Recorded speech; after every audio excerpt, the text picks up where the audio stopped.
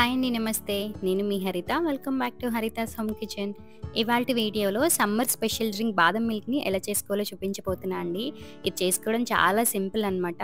So, మీరు కూడా తప్పకుండా ట్రై చేయండి.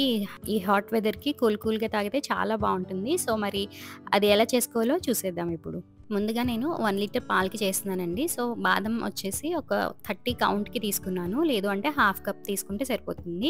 ఇవి ఓవర్ నైట్ నానబెట్టుకోవచ్చండి. ఒకవేళ అంత టైం లేదు అంటే గనక హాట్ వాటర్‌లో బాయిల్ చేస్తే గనక 10 మినిట్స్‌లోనే ఇట్లా పైన తోలు అనేది వచ్చేస్తుంది. అలా తీసుకొని ఒక మిక్సీ జార్‌లో వేసుకొని ఈ బాదం పప్పుల్లో ఒక 50 ఎంఎల్ పాలు కూడా యాడ్ చేసుకొని ఫైన్ పేస్ట్ లాగా చేసుకోవాలండి. పలుకు ఉండకూడదండి. మెత్తగా పేస్ట్ లాగా చేసుకోవాలి. ఇలా చేసుకుని పక్కన పెట్టుకోవాలి దాన్ని. ఇలా చేసుకున్న తర్వాత పక్కన పెట్టేసుకుని ఇప్పుడు ఒక కడాయి పెట్టుకుని పాలు వేడి చేసుకుందాము.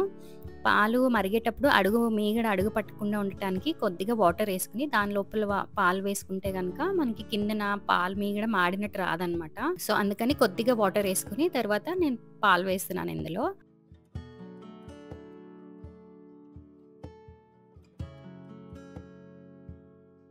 పాలు కొంచెం కాగిన తర్వాత పైన తొరకల్లాగా రాకుండా కలుపుకుంటూ ఉండాలండి పాలని కంటిన్యూస్‌గా.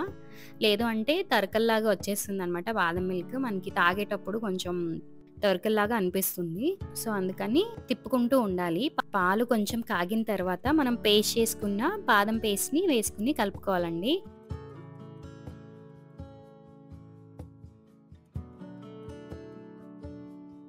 కలుపుకున్న తర్వాత నేను కలర్ ఇంకా ఫ్లేవర్ కోసం కుంకుమ పువ్వు వేస్తున్నానండి. ఇది వేయడం వల్ల మనకి యెల్లోయిష్ షేడ్ వస్తుందనమాట.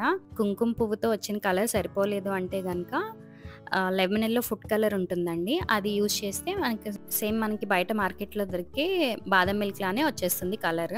సో, అలా మిక్స్ చేసుకున్న దాంట్లో ఒక టీ స్పూన్ యాలకుల పొడి వేసుకోవాలండి. వేసుకుని సైడ్స్ మీగడ వస్తుంటుంది కదా! అది మళ్ళీ ఎడ్జెస్ అంతా క్లీన్ చేసుకుంటూ మళ్ళీ పాలల్లోకి వేసేసుకోవాలండి మీగడ ఇలాగా. కంటిన్యూస్‌గా కలుపుకుంటూనే ఉండాలి.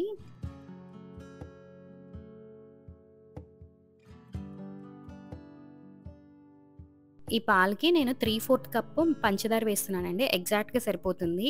అంతకన్నా ఎక్కువ ఉన్నా తాగలేము. అలా అని తక్కువ ఉన్నా తాగలేము. 3/4 కప్ అయితే ఎగ్జాక్ట్‌గా సరిపోతుంది దీనికి 1 లీటర్ పాలకి పంచదార. సో, ఆ పంచదార కూడా వేసుకున్న తర్వాత పాలని బాగా మరిగించుకోవాలి. ఇట్లా బాయిలింగ్ స్టేజ్‌కి వచ్చిన తర్వాత కంటిన్యూస్‌గా తిప్పుతూనే ఉండాలండి. పంచదార వేసిన తర్వాత ఒక 5 మినిట్స్ మరగపెట్టుకుంటే సరిపోతుంది పాలని. ఇలా బాగా ఉడుకుతున్నట్టు వస్తుంది కదా! సో, ఆ టైంలో స్టవ్ ఆఫ్ చేసేసుకోవచ్చండి. కానీ మీగడ మట్టుకు కట్టనీయకూడదు. కంటిన్యూస్‌గా తిప్పుకుంటూ ఉండాలి. ఇలా స్టవ్ ఆఫ్ చేసేసుకుని ఈ వేడిగా ఉన్నప్పుడే బాదం పాలు వింటర్‌లో అయితే ఈ వేడి పాలు మనం తాగొచ్చనమాట.